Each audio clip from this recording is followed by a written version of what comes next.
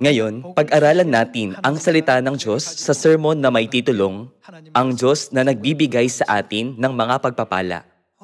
Sa bawat kilos ng pagsunod, may dalawang uri ng utos. Gawin mo ito at huwag mo itong gawin. Isipin ang utos na, huwag kang kakain mula sa punong kahoy ng pagkakilala ng mabuti at masama. Hindi ba't ang mga salitang, huwag kang kakain, ay para pagpalain sina Adan at Eva sa hinaharap? Gaya nito, pag inutusan tayo ng Diyos na gawin o huwag gawin ang isang bagay, ito ay para bigyan tayo ng mga pagpapala. Dapat muna nating maintindihan na naroon ang kalooban ng Diyos sa likod ng lahat ng bagay.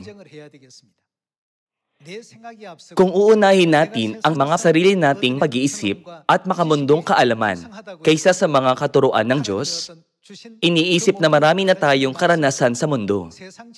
Sa huli, ay haharap tayo sa matitinding paghihirap at mga problema.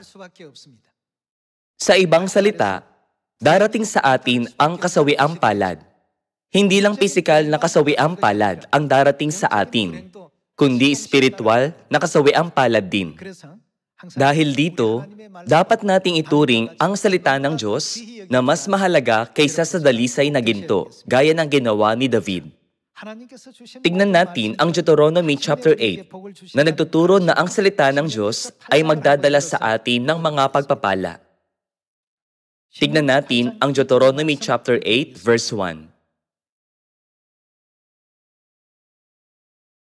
Inyong maingat na gawin ang lahat ng utos na aking iniuutos sa iyo sa araw na ito upang kayo'y mabuhay at dumami at makapasok at angkinin ang lupain na ipinangako ng Panginoon sa inyong mga ninuno. Lumipat tayo sa verse 16. Tignan natin ang verse 16, na siyang nagpakain sa iyo ng mana sa ilang, na hindi nakilala ng iyong mga ninuno, upang kanyang papagkumbabain at subukin ka, at gawan ka ng mabuti sa bandang huli. Sa likod ng lahat ng ginagawa ng Diyos para sa atin, naroon ang kanyang kalooban na magbigay sa atin ng mga pagpapala. Gayunman, kung hindi natin pahahalagahan ang mga pagpapalang ito at hindi natin susundin ang mga salita ng Diyos, mawawala sa atin ang mga pagpapalang ito. Dapat na lagi nating sundin ang lahat ng katuruan ng Diyos at isagawa ang bawat salita. Nasusulat sa 1 Thessalonians chapter 5, Magalak kayong lagi. Manalangin kayong walang patid. Sa lahat ng bagay ay magpasalamat kayo. Kaninong kalooban ito? Nasusulat na, ito ang kalooban ng Diyos para sa inyo. Maaaring isipin ng ilan na, hindi ako masaya ngayon. Pakiramdam ko ay hindi ko alam ang gagawin ko. Paano ako magagalak? Paano ako makakapagpasalamat? Ang dakilang kalooban ng Diyos na magbigay sa atin ng mga pagpapala ay laging nakapaloob sa bawat kapaligiran at kondisyong ibinibigay sa atin ng Diyos. Napakaraming bagay ang nangyayari sa mundo, pero pag inisip natin ang lahat ng ito ng mabuti, mararamdaman nating inaakay tayo ng Diyos tungo sa landas ng mga pagpapala. Kung walang mga ganitong paghihirap, hindi tayo tatanggap ng kahit na anong pagpapala.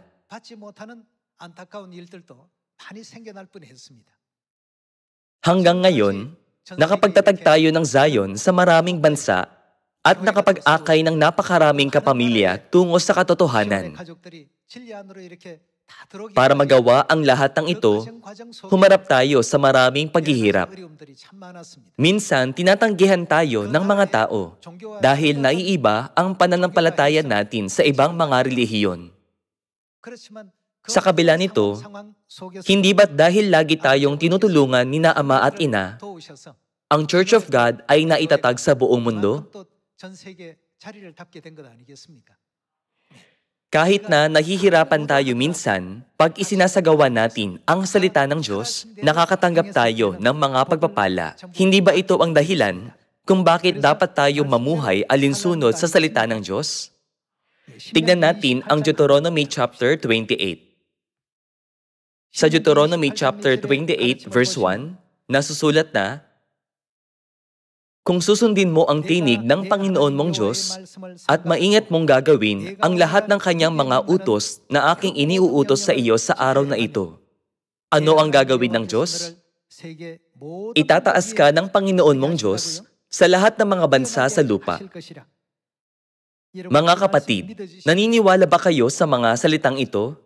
Ibig nitong sabihin na dumadalo kayo sa pinakamahusay na simbahan sa buong mundo. Mapanghahawakan nyo ang mga salitang ito. Bakit? Sino ang gumawa ng pangakong ito? Ang ating Diyos ang gumawa ng pangakong ito. Maaaring hindi laging natutupad ang mga salita ng tao, pero hindi nabibigo ang Diyos sa pagtupad ng kanyang mga pangako. Nasusulat na, itataas ka ng Diyos sa lahat ng mga bansa sa lupa, pero may isang kondisyon, kung susundin mo ang tinig ng Diyos. Ibig sabihin, kung susundin natin ang mga salita ng Diyos, tiyak na mangyayari sa atin ang bagay na ito. Verse 2. At ang lahat ng pagpapalang ito ay darating sa iyo at aabot sa iyo, kung iyong susundin ang tinig ng Panginoon mong Diyos. Darating sa atin ang mga pagpapala hanggang sa punto na aapawan tayo ng mga pagpapala. Mga kapatid, ang ating simbahan ay inaprubahan ng Diyos. Sa buong mundo, maraming ahensya na sumusuri sa mga institusyon. Pero sino ang nagbibigay ng pinakakapanipaniwalang pagsusuri? Ito ay ang Diyos. Sinasabi ng Diyos na kayo ang pinakamahusay sa lahat ng bansa. Hinihiling ko sa inyo na panghawakan at ipagmalaki ang bagay na ito. Magpatuloy tayo. Verse 3. Magiging mapalad ka sa lungsod at magiging mapalad ka sa parang. Magiging mapalad ang bunga ng iyong katawan, ang bunga ng iyong lupa, ang bunga ng iyong mga hayop, ang karagdagan sa iyong bakahan at ang mga anak ng iyong kawan. Magiging mapalad ang iyong buslo at ang iyong masahan ng harina. Magiging mapalad ka sa iyong pagpasok at magiging mapalad ka sa iyong paglabas. Nasusulat na, magiging mapalad kayo sa inyong pagpasok at maging sa inyong paglabas. Ang mga pagpapala ay laging darating sa inyo. Kung may simbahang nagtatanong ng, bakit hindi maganda ang resulta ng simbahan namin? Pakiusap, pag-isipan ang mga bagay na ito. Nagkukulang ba tayo sa salita ng Diyos? Isinasagawa ba natin ng tama ang salita ng Diyos? Kung malulutas nyo ang isyo na ito, agad kayong pagpapalain. Ito ang pangako ng Diyos. Ang pangako ng Diyos ay naiiba sa mga pangako ng tao. Sa Malakay chapter 3, suriin natin ang mga pagpapalang ibinigay sa atin ng Diyos. Malakay chapter 3. Tignan natin ang Malakay chapter 3 verse 7. Mula sa mga araw ng inyong mga ninuno, kayo'y lumihis sa aking mga tuntunin, at hindi ninyo tinupad ang mga iyon. Manumbalik kayo sa akin, at ako'y manunumbalik sa inyo, sabi ng Panginoon ng mga hukbo. Ngunit inyong sinasabi, paano kami manunumbalik? Nanakawan ba ng tao ang Diyos? Gayunmay, ninanakawan ninyo ako. Ngunit inyong sinasabi, paano ka namin ninanakawan? Sa mga ikasampung bahagi at sa mga handog. Kayo'y isinumpa ng isang sumpa, sapagkat ninanakawan ninyo ako ng inyong buong bansa. Dalhin ninyo ang buong ikasampung bahagi sa kamalig, upang magkaroon ng pagkain sa aking bahay. At sa gayo'y subukin ninyo ako ngayon, sabi ng Panginoon ng mga hukbo. Tignan ninyo kung hindi ko bubuksan para sa inyo ang mga bintana ng langit, at ibubuhos ko sa inyo ang isang pagpapala na walang sapat na kalalagyan. Bakit tinatag ng Diyos ang regulasyon ng ikasampung bahagi? Ito ay para bigyan tayo ng mga pagpapala. Ibinibigay lagi sa atin ng Diyos ang kanyang mga utos nang may ganitong mapagbigay na puso. Hindi niya tayo kailanman inuutusan na gumawa ng mga bagay para lang sa kanyang sariling pakinabang. Patunayan natin ito sa Exodus chapter 20 verse 8. Alalahanin mo ang araw ng Sabat upang ingatan itong banal. Pumunta tayo sa verse 11 tungkol sa araw ng Sabat. Sapagkat sa loob ng 6 na araw ay ginawa ng Panginoon ang langit at lupa, ang dagat at lahat ng naroroon, at nagpahinga sa ikapitong araw. Kaya't ano ang ginawa ng Diyos? Binasbasan ng Panginoon ang araw ng Sabat at ginawa itong banal. Mga kapatid, Hindi ba tinatag ng Diyos ang kautusan ng ikasampung bahagi para bigyan tayo ng mga pagpapala? Dagdag pa rito, sa Exodus chapter 20, nasusulat na ang Sabat ay isa ring kautusan ng Diyos na iniutos sa atin para pagpalain tayo, hindi ba? Lumipat tayo sa Jeremiah chapter 31. Dito, isang tipan ang tinatag ng Diyos para pagpalain tayo. Jeremiah chapter 31, verse 31. Narito, ang mga araw ay dumarating, sabi ng Panginoon, na ako'y gagawa ng panibagong tipan sa sambahayan ng Israel at sa sambahayan ng Juda. Ang kautusan ng bagong tipan. Pumunta tayo sa verse 34. At hindi natuturuan ng bawat isa sa kanila ang kanyang kapwa, at ng bawat tao ang kanyang kapatid, na magsasabi, kilalanin mo ang Panginoon, sapagkat ako'y makikilala nilang lahat, mula sa pinakahamak sa kanila hanggang sa pinakadakila, sapagkat patatawarin ko ang kanilang kasamaan, at ang kanilang kasalanan ay hindi ko na aalalahanin pa, sabi ng Panginoon. Bakit tinatag ng Diyos ang bagong tipan?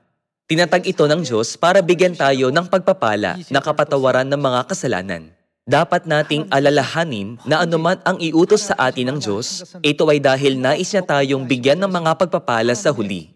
Maging mga makalangit na anak tayo na sumusunod sa Kanya saan man niya tayo akayin.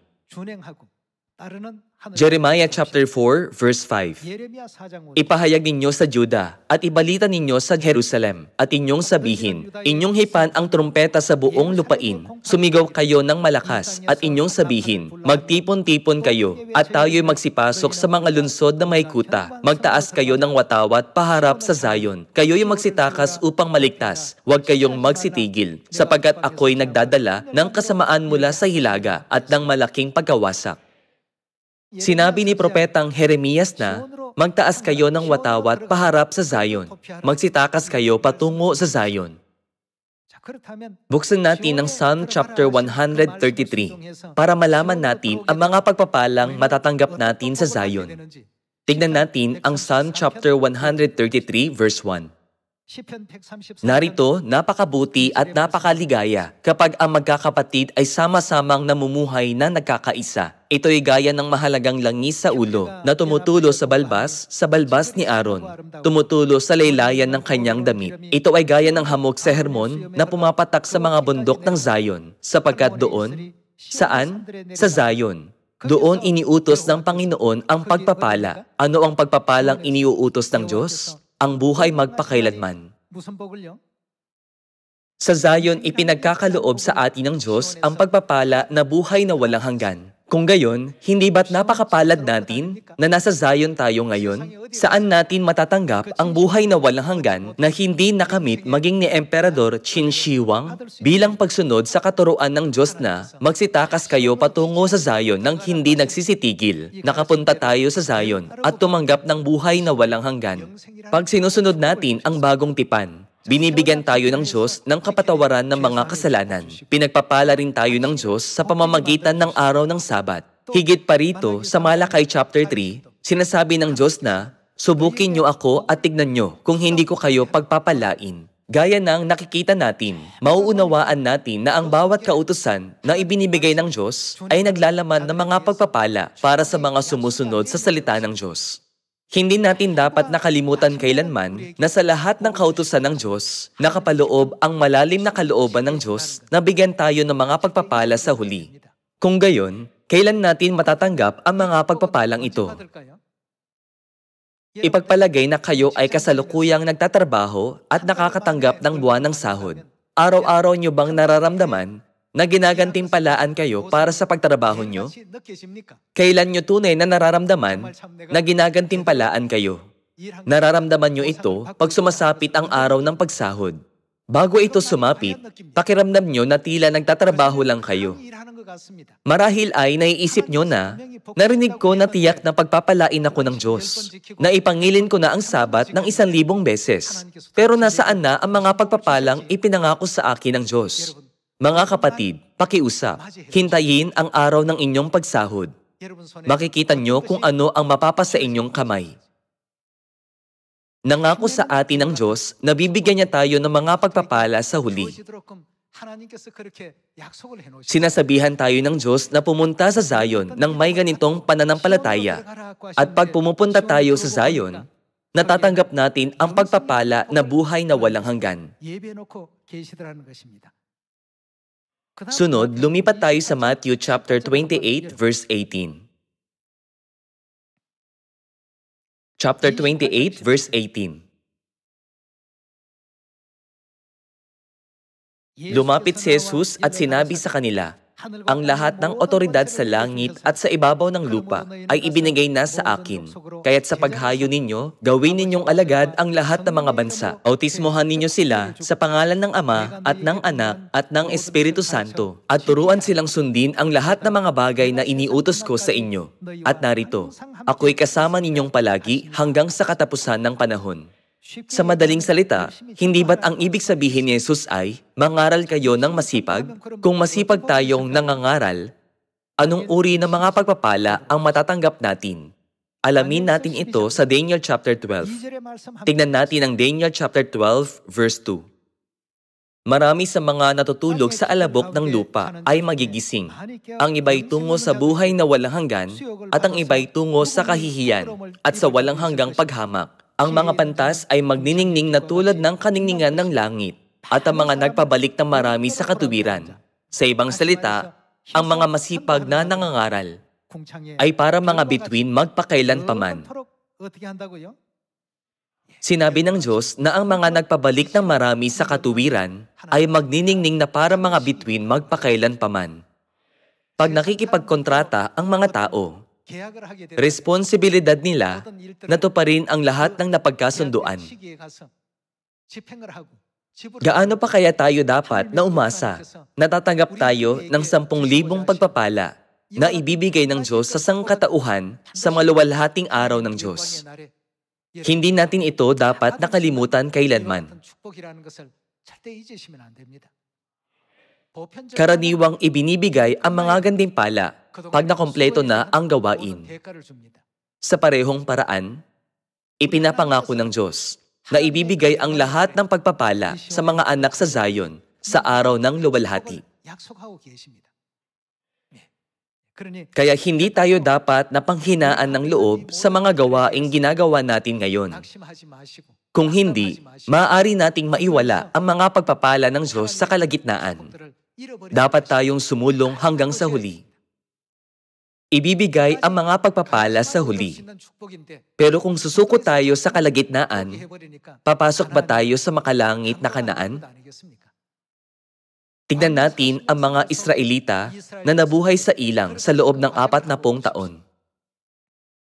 Ang lahat ng pagsuway ay naganap sa gitna ng kanilang paglalakbay. Gayunman, sina Josue at Caleb na nagtiis hanggang sa huli ay nakapasok sa lupain ng Kanaan na dinadaluyan ng gatas at pulot at kumain ng mga bunga ng Kanaan, hindi ba? Kailangan natin ng pagtitiis. Hindi tayo dapat na malihis kailanman mula sa ating landas tungo sa langit. Dahil lang sa nabigo tayong hintayin ang huling sandaling iyon kung kailan ibibigay ng Diyos ang lahat ng pagpapala. Ang kalooban ng Diyos sa pag-uutos sa atin na ipangaral ang Ebanghelyo ay para pahintulutan tayong magdingning na para mga bituin. Ang kalooban niya sa pag-uutos sa atin na sundin ang bagong tipan ay para bigyan tayo ng kapatawaran ng mga kasalanan. Inutusan tayo ng Diyos na ipangilin ang Sabat para tayo ay pagpalain. Ang dahilan kung bakit ibinibigay niya sa atin ang mga kautusan ng 10 bahagi at ng mga handog ay para bigyan din tayo ng mga pagpapala. Hindi natin dapat nakalimutan kailanman na ang lahat ng utos na ito ay nagbibigay sa atin ng mga pagpapala. Tingnan natin ang Isaiah chapter 25 verse 6. Isaiah chapter 25 verse 6.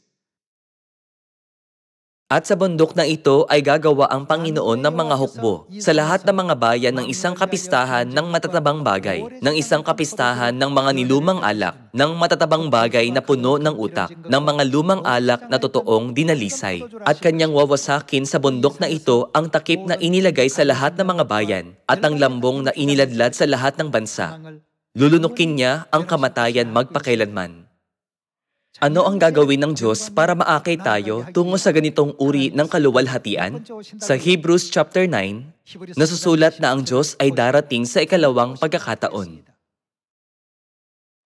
Para makilala natin siya, ano ang katotohanang tinuro niya sa atin?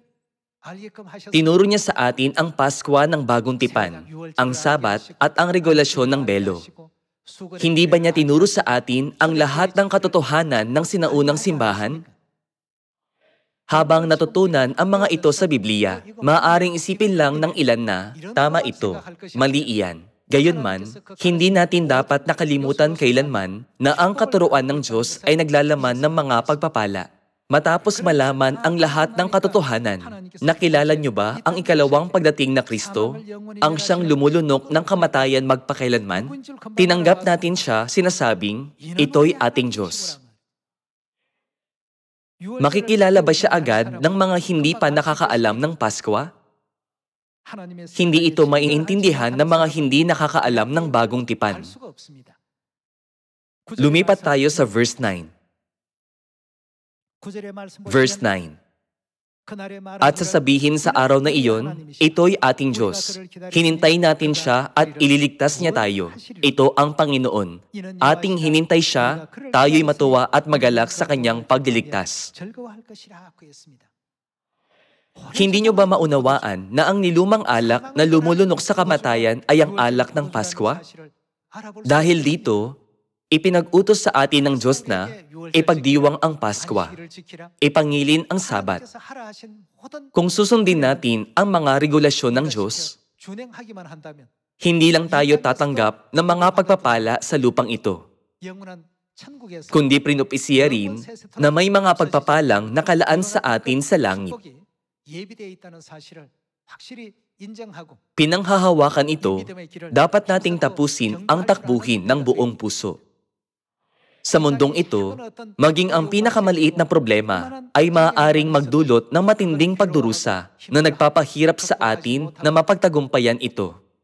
Kung tutuon lang tayo sa ating mga sarili, parehong babagsak ang ating pananampalataya at ang ating buhay. Hindi ba ang mga mata ng pananampalataya ay gumagawa sa atin na tumuon sa Diyos? Pag tumingin tayo sa Diyos, ano ang makikita natin? Makikita natin ang daan pag mayroon tayong mga mata ng pananampalataya. Kanino tumitingin ang mga mata ng pananampalataya? Tumitingin ang mga ito sa Diyos. Pag tumingin tayo sa Diyos, ano ang mangyayari? Hindi ba't nagkaroon ng daan para kay Daniel sa yungib ng mga leon? Kahit sa hurno na nagniningas na apoy, nagkaroon ng daan. Kanino tumingin sina Shadrach, Meshach, Abednego at Daniel? Kung tutuon tayo sa ating mga sarili, sino ang makakatagal sa hurno ng nagniningas na apoy? Gayunman, dahil tanging sa Diyos sila tumingin, natagpuan nila ang daan. Ang hurno na iyon ay hurno ng kamatayan, pero kina Shadrach, Meshach at Abednego, naging isa itong hurno ng buhay. Hindi ba ito naging hurno ng pagsisisi na nag-akay sa mga taga-Babylonia na magsisi? Iniuutos sa atin ng Diyos na huwag sumamba sa mga Diyos-Diyosan, huwag sumamba sa ibang mga Diyos. Dahil hinahanda ng Diyos ang mga pagpapala para sa atin sa pamamagitan ng kanyang mga katuruan, ang mga sumusunod sa mga ito ay maaaring magalak lagi, manalangin ng walang patid at magpasalamat sa lahat ng bagay. Mga bisita lang tayo sa lupang ito. Kung gayon, bakit tayo nagdurusa sa pasakit sa lupang ito? Kahit na nahirapan sina Shadrach, Meshach at Abednego, hindi nila ito tinuring bilang pagdurusa. O Hari, kahit na ihagis mo kami sa hurno na nagdiningas na apoy, hinding-hindi kami magpapatira pa sa harapan ng rebulto. Kahit na ihagis kami sa hurno, ililigtas kami ng Diyos. Kahit na hindi niya kami iligtas, hindi pa rin kami sasamba sa rebulto. Sa pagsunod nila sa mga katuruan ng Diyos, nagawa nilang lubos na itanim ang Diyos sa mga puso ng matataas na opisyal ng Babylonia. Lagi nating sundin ang mga katuruan ng Diyos. Ang mga sumusunod sa salita ng Diyos ay itataas sa lahat ng bansa. Ang simbahang sumusunod sa salita ng Diyos ay magiging ang pinakamahusay na simbahan sa mundo. Ngayon, iukit natin ang katuroang ito sa ating mga puso at unawain na ang bawat salita ng Diyos ay naglalaman ng kanyang kalooban na magbigay sa atin ng mga pagpapala. Umaasa ako na sa taong ito, susundin natin ang mga salita ng Diyos. Ibigay man ang salita sa pamamagitan ng Biblia o ng direkta sa lupang ito. Laging ipinagkakaloob ng Diyos ang mga pagpapala sa pamamagitan ng kanyang mga salita. Kaya hindi natin dapat na isipin kailanman na, sa palagay ko mas mabuti ito kaysa roon. Kung gagawin natin ang nakalulugod sa Diyos sa halip na sundin ang mga ninanais na mga puso natin, mahanap natin ang tamang sagot. Pag kumukuha ng isang pagsusulit na may mga pagpipilian na 1, 2, 3, 4, minsan hindi ba't iniisip nyo na ang sagot ay 3 pero ang tamang sagot pala ay 4? O minsan, iniisip nyo na ang sagot ay 4 pero sa katunayan, ang sagot ay 1. Ang lumikha ng tanong ang siyang nakakaalam ng sagot. Gayunman, madalas na hindi alam ng mga kumukuha ng pagsusulit ang sagot. Sa kadahilanang ito, kaninong kalooban ang dapat nating sundin? Pag inutusan tayo ng Diyos na ipangilin ang Sabat, dapat nating itong ipangilin. At pag inutusan tayo ng Diyos na ipagdiwang ang Paskwa, dapat nating itong ipagdiwang. Ito ay dahil ang Diyos ay ang katotohanan. Ang Diyos ay laging ang tamang sagot. Kaya naman, lagi nating sundin ang kalooban ng Diyos na siyang sagot para maging ulo tayo sa halip na buntot ng mundong ito. Kung may 10 pagpapala, ilan ang gusto niyong matanggap? Nais ko itong madagdagan ng 1,000 o 10,000 pa. Kung bibigyan ako ng Diyos ng 10 pagpapala, nanaisin ko siyang tanungin ng, meron bang paraan upang makatanggap ako ng 10,000 pagpapala? Ito ay dahil ang mga ito ay walang hanggan. Ang mga makalangit na pagpapalang ito ay hindi gaya ng mga makalupang bagay na ikakatuwa natin ng saglit at makakalimutan sa huli. Hindi ba nasusulat na tayo ay magniningning na para mga bituin magpakailanpaman?